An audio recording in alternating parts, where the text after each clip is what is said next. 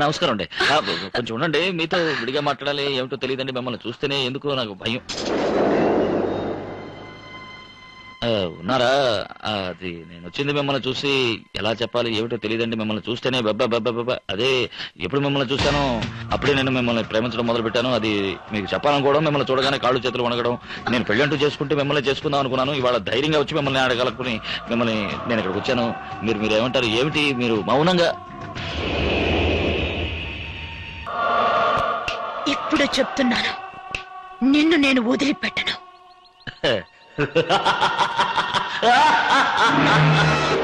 ఒక అమ్మాయిని డైరెక్ట్ గా అడిగితే సమాధానం ఎలా చెప్తుంది? నువ్వు ఒక లెటర్ రాసిస్తే తన మనసులో ఉన్నది తను ఫటఫట రాసిస్తుంది కదా. అది వీడితో చెప్పు. సంవత్సరం 2 సంవత్సరాల నుంచి ఇస్తూనే ఉన్నాడు. నేను ఏమైనా ఇవ్వనని చెప్పానా? ప్రతిసారి మిస్ అవుతుంది. చెప్పా, పెద్ద చించావు. నిజంగానే చిరిగిపోయింది. చూడు, అతికించి ఎంత భద్రంగా ఉంచాను. ఈ రోజు డెఫినెట్ గా ఇస్తాను. ఇస్తాం. మొహం చూడు, మొహం.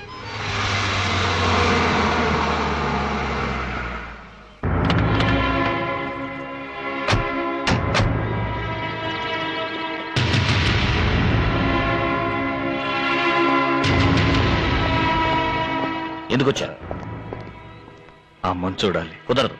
నేను తనతో మాట్లాడాలి. వీలు కాదు. అన్నయ్య, లోపలికి రా అన్నయ్య. బయట నుంచున్నావేంటి? ఇప్పుడు లోపలికి వెళ్ళొచ్చా? ఎలా ఉన్నామా? బాగున్నానన్నయ్య. లోపలికి వెళ్ళు. శాలువా వేయంగానే సరికాదు, అది కరెక్ట్ గా వేసుకోవడం తెలియాలి. ఈ రంగు అయినా చివరిదాకా మార్చుకో. వెళ్ళు. ఏటనే పాము పుట్ల చేయటానికి కాటేలేదట. లోపలికి వెళ్దాం రా. ఎందుకు? ఏ పని మీద వచ్చారో తెలుస్తుంది కదా. You know some time your correct. ఏమిటన్నయ్య, అందరు ఇల్లు చూస్తూ ఉంటే నువ్వు నేల చూస్తూ నుంచున్నావు. అన్నయ్య, ఏమిటి కన్నీళ్ళు? ఏమైందన్నయ్య? నువ్వు నా బిడ్డను కాపాడాలి. ఏ, తనకేమైంది? చెప్పన్నయ్యా. అమ్మా, నీకు తెలుసు కదా, నా పంచ ప్రాణాలు తానేనా. అవును. కానీ ఇప్పుడు ఆ ప్రాణాలు నీ చేతుల్లో ఉన్నాయి. మనిషి కన్నా హీనమైన మోహం, నీ మోహం ఓడిపోయాడు. ఒక 10 మంది ముందు.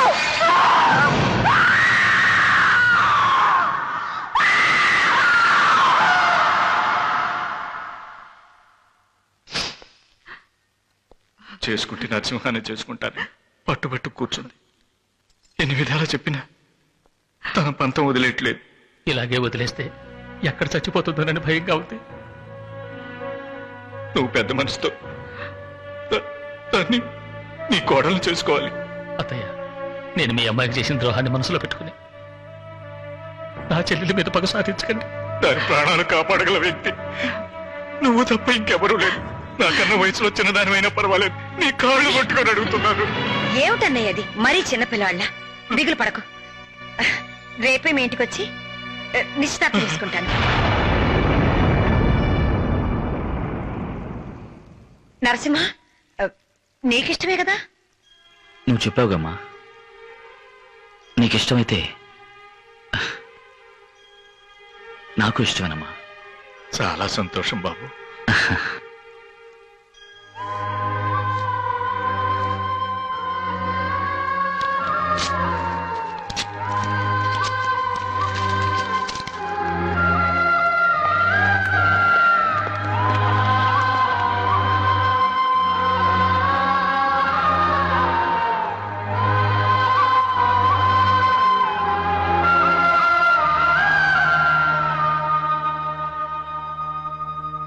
ఏమిటి ఏడుస్తున్నావా?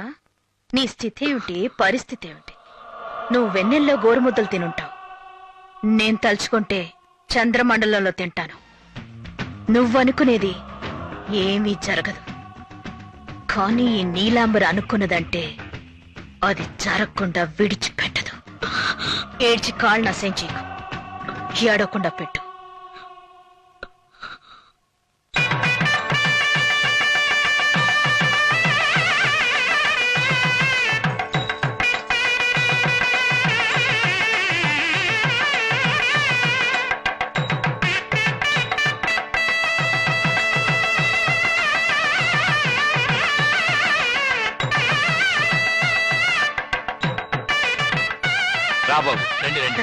ఏంటండి పాము పుట్ల చేయటారు? నోర్మైనా నువ్వు నీ బావును రండి. రండి రండి, లోపల అడుగుతాను. ఏంటమ్మా అక్కడే నుంచున్నావు లోపలరా. అందరికీ లోపల చోటు చాలదన్నయ్యా. చాలా ఇంకా గతాన్ని మర్చిపోలేదు. అదేం కాదు, ఊరు జనం ముందే తాంబూలాలు అందుకుందామని. ఓ లక్షణంగా. అమ్మా తీసుకురా. రామా తాంబూలాలు అనుకుందాం. అయ్యో నేను విధవని ఎలా ఇది? అదే మాటమ్మా, ఎంతైనా నువ్వు నా చెల్లెలివి. తీసుకురా. ఓ ఇవ్వమ్మా.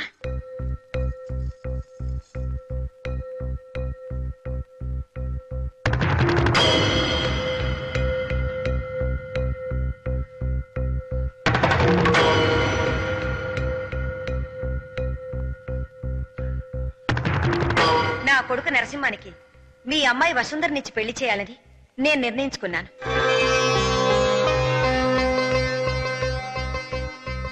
మీకు మీ అమ్మాయికి ఇష్టమైతే తాంబూలాలు అందుకోండి. ఎందుకు భయపడుతున్నారు? మిమ్మల్ని ఇక్కడ ఎవ్వరూ ఏమీ చేయలేరు. మనకి అండగా ఆ భగవంతుడున్నాడు. నా కొడుకు నరసింహ ఉన్నాడు. మీకిష్టమైతే ధైర్యంగా తాంబూలాలు అందుకోండి.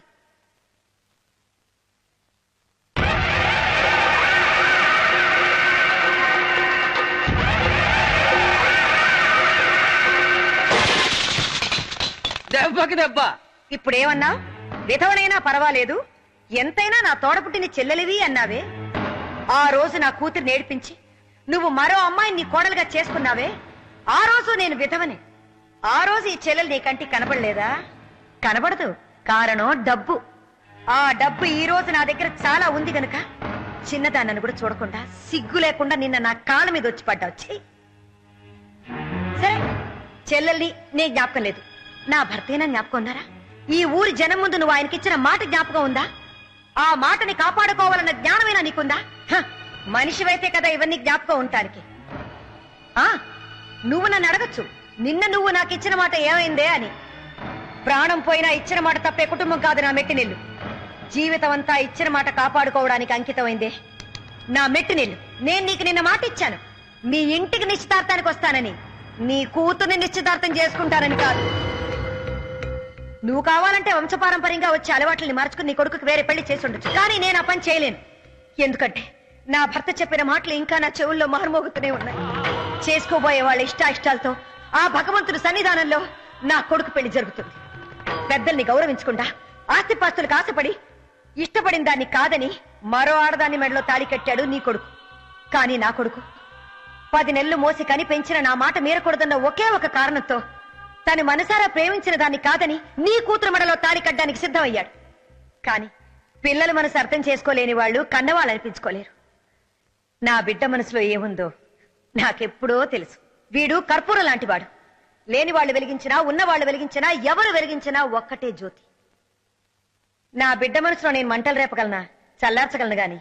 నరసింహ, వెళ్ళి నా కోడల్ని తీసుకురా.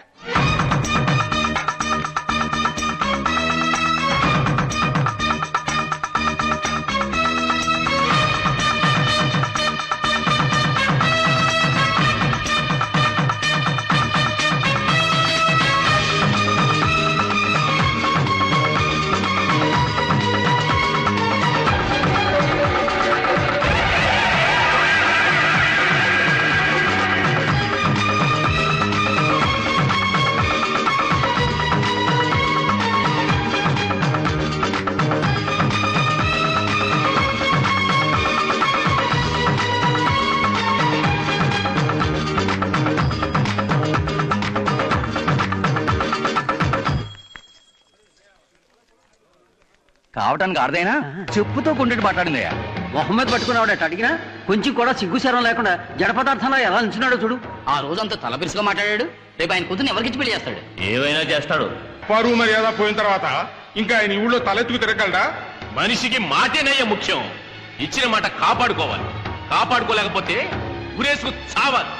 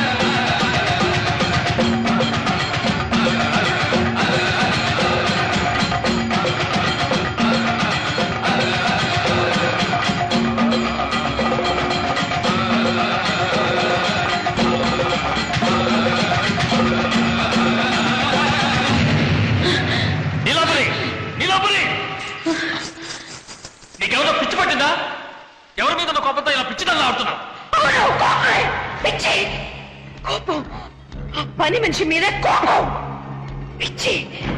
ఆ నరసింహాన్ని లొంగతీయాల నాకు పిచ్చి. ఇప్పుడు ఆవేశపడి ఎవరినేం చేయగలవమ్మా? నా దగ్గర పనిచేస్తున్న ఆ పని మనిషి కుక్క నేను నరసింహాన్ని ప్రేమిస్తున్నానని తెలిసి కూడా ఏమీ తెలియని పిల్లిలా ఇక్కడే ఉండి ఆ పులిని వలేసి పట్టుకుందే. దాన్ని వదిలిపెట్టను. దాన్ని మాత్రమే కాదు, మన తండ్రి చావుకి కారణమైన ఆ నరసింహాన్ని వదిలిపెట్టను. అతన్ని దేవుళ్ళ చూసుకుంటుంది వాళ్ళమ్మ. ఆ పొగలు పట్టిన ముసలిదాన్ని కూడా వదిలిపెట్టను. జీవితం అంతా అనుక్షణం కుళ్ళి చచ్చిపోయేలా వాళ్ళతో సన్నిహితంగా ఉంటేనే వాళ్ళని చంపుతాను. వాడు ఊరందరి ముందు అమ్మాయి చేపట్టు తీసిపోయాడే, ఆ గడతలా తొక్కుతావు, సన్నిహితంగా ఎలా ఉంటావు? ఉంటాను, నేను ఉండగలను. ఈ నీలాంబరి తలుచుకుంటే ఖచ్చితంగా ఉంటుంది. అంతా నా తప్పేనమ్మా. వాడి చెల్లెల్ని నేను చేసుకోలేదని నా చెల్లెల మీద పగ సాధిస్తున్నాడు. కాదు, అంతకన్నా ముందే, నీ పెళ్లి కన్నా ముందే ఆ నరసింహ వసుధను ప్రేమించాడు. ఆ సరేనమ్మా, ఇప్పుడు నన్ను ఏం చెప్పమంటావు? చెప్పు. మనుషులు పాప నరసింహాన్ని ఇక్కడ తీసుకురమ్మంటావా? నరసింహం ఏమన్నా బొమ్మ అనుకున్నావా తీసుకురావడానికి? అతను ఉక్కు మనిషి. నువ్వు అసలు అతను ఏమీ చేయలేవు. నీకు ఏది ఎప్పుడు ఎలా చేయాలో తెలీదు. నాకు వదిలే, నేను చూసుకుంటాను. వాళ్ళిద్దరికీ ఈ పెళ్లి జరగదు. నేను చచ్చినా జరగలేమను. ఆ రోజు నరసింహం మీద నాకున్న ప్రేమతో ఈ కాళ్ళకి గజ్జెలు కట్టాను. ఇవాళ అతని మీద ఉన్న పగ తీర్చుకోవాలనే ఈ గజ్జెలు కట్టుకున్నాను. ఏ విధంగా నేను ప్రేమించే గజ్జెలు నా కాళ్ళకున్నాయో అదే విధంగా నేను ప్రేమించిన నరసింహాన్ని నా కాళ్ళ కింద అలగదొక్కుతాను. అతన్నే తలుచుకుంటూ కట్టిన ఈ గజ్జెలు అతన్ని లొంగదీయకుండా నేను తీయను. ఇక్కడ చెప్తున్నా, ఇది నిజం. వద్దండి, మీరు నా కాళ్ళు పట్టుకుని. అయ్యయ్యో, ఏమిటి వద్దంటా? వసుంధరా, ఇక నుంచి నువ్వేనమ్మా ఇంటి యజమానురాలివి. మేము కూడా నిన్ను చూసే భయపడాలి. నా తల్లే.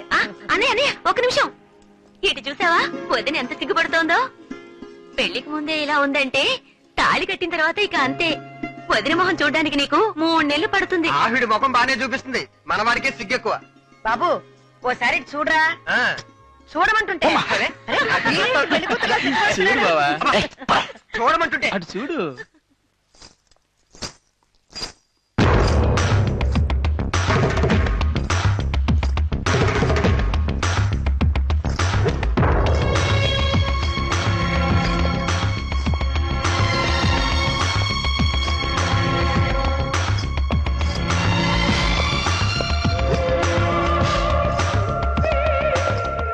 బాగున్నామ్మా? బాగున్నానత్తయ్య.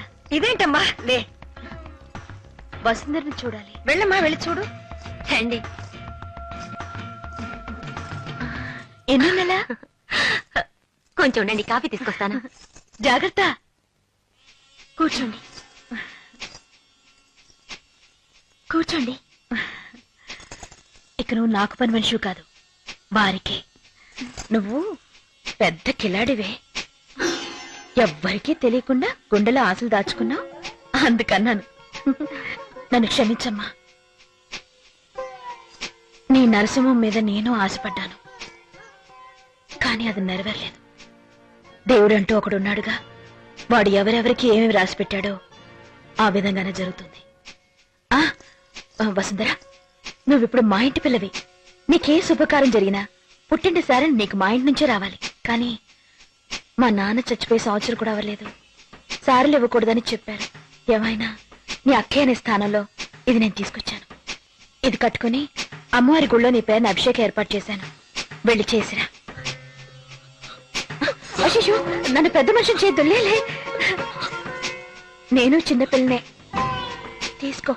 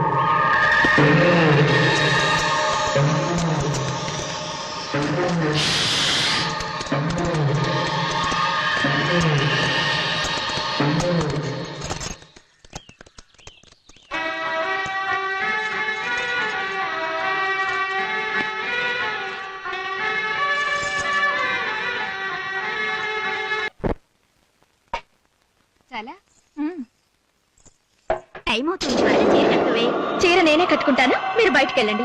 మేముంటే అడ్డవా? ఈ కథలే వద్దు, నేనే కట్టుకుంటాను. నువ్వు మాత్రం ఇక్కడే ఉన్నావేంటి? బయటికెళ్ళు.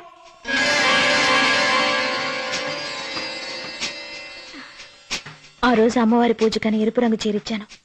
దానివల్ల అంత ఘోరం జరుగుతుందని అనుకోలేదు. నన్ను క్షమించు. అయ్యో పర్వాలేదండి. నువ్వు అమ్మవారికి అభిషేకం చేసే అవకాశం లేకపోయింది. అందుకని నేనే నీ పైన అమ్మవారికి అభిషేకం చేసి ఆ పాలు తీసుకొచ్చాను. తాగు.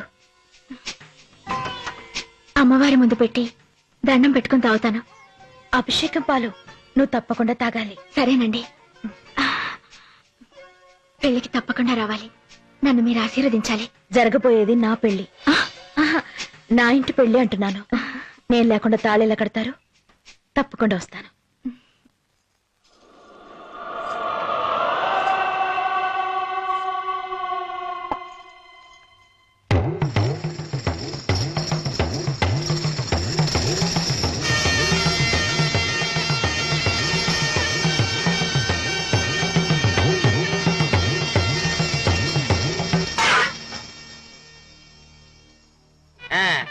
అర్రే లక్షణంగా ఉన్నాడు. నేనేనా? నువ్వు కదా అవతల బా. సార్ కొంచెం తిరగండి. అర్రే మన వీరుడు ధీరుడు ఏంటంటే పాము పుట్లో చేయటారా కాటలేదట. పోయి పని చూసుకో. అక్కడికి వెళ్ళు. అవును, ఏం పాము ఎప్పుడు పట్టుకున్నావు? అయ్యో సరే సరే, టెన్షన్ పడదు. అమ్మాయి వస్తుంది, అమ్మాయి వస్తుంది.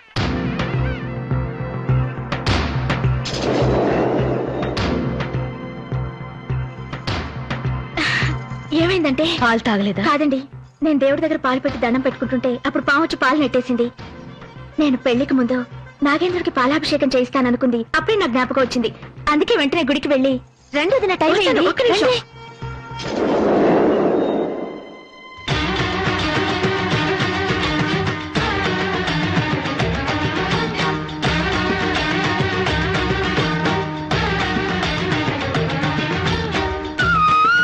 ఆ భగవంతుని సన్నిధిలో అడుగుతున్నాను, నిర్భయంగా త్రికరణ శుద్ధిగా దేవుడి మీద ప్రమాణం చేసి నిజం చెప్పు. ఆ అబ్బాయిని పెళ్లి చేసుకోవటం నీకు మనస్ఫూర్తిగా ఇష్టమేనా? ఏమయ్యా, నీకు మనస్ఫూర్తిగా ఇష్టమేనా?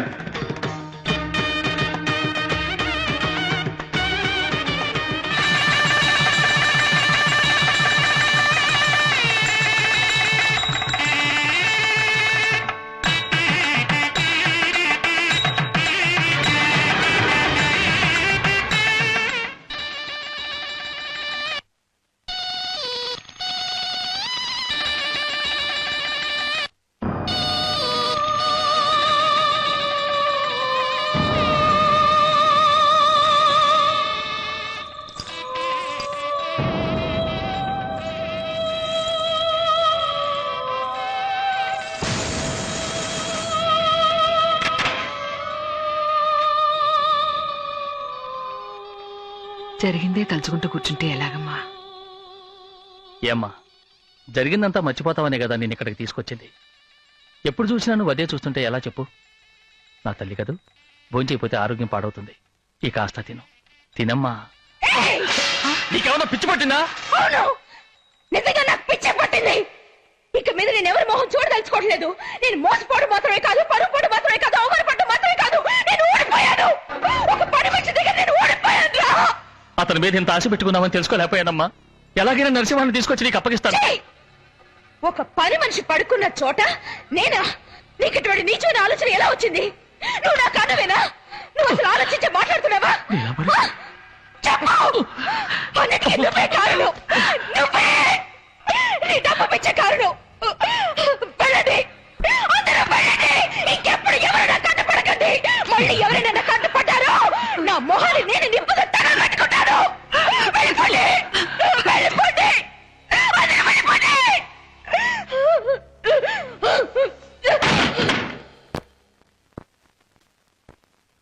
మండల కార్యదర్శి సూర్యప్రకాష్, జిల్లా కార్యదర్శి Suryaprakash, MLA Suryaprakash, home minister Suryaprakash. 1 సంవత్సరం కాదు, 2 సంవత్సరాలు కాదు, 18 సంవత్సరాలుగా తన ఆ గదిలోనే ఉండిపోయింది. ఇంతవరకు బయటికి రాలేదు.